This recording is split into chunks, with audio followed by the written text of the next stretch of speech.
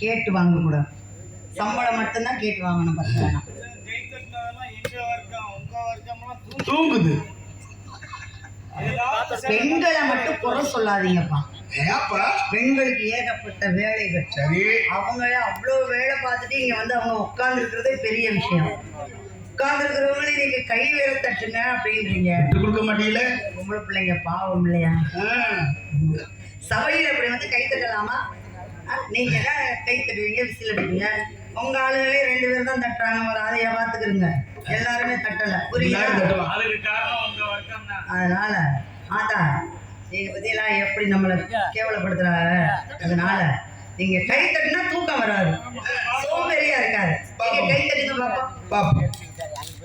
அப்புறம் என்ன, இனிமேலும் வரும் கை தட்டு.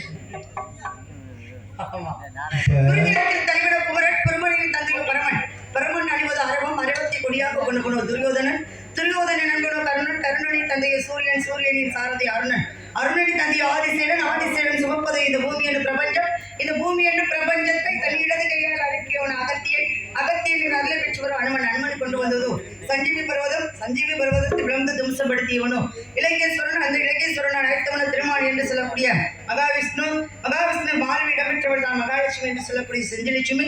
செஞ்சிலட்சுமி வந்து வசித்த நிலை முல்லை இந்த வந்து நிற்கிற இடம் குறிஞ்சி. குறிஞ்சிக்கு கடவுள் முருகப்பெருமான். அந்த கடவுளுக்காக நான் வந்திருக்கேன். என்னை தேடி கந்த நீங்க வருவார் என்ற நம்பிக்கையோடு ஆண்டவன் கட்டளையில் அமைதியான நதிகளிலே ஓடம் ஓடும் அளவில்லாத வெள்ளம் ஆடும் அமைதியான நதிகளிலே ஓடம் ஓடும் அளவில்லாத வெள்ளம் ஆடும் காற்றிலும் மழையிலும் நடுக்கவிலும் இடிகளிலும் கரைகளிலே ஒளிவிக்காம் வாழும் அமைதியான நதியினிலே ஓடும் ஓடும் அளவில்லாத வெள்ளம் வந்தாடும்.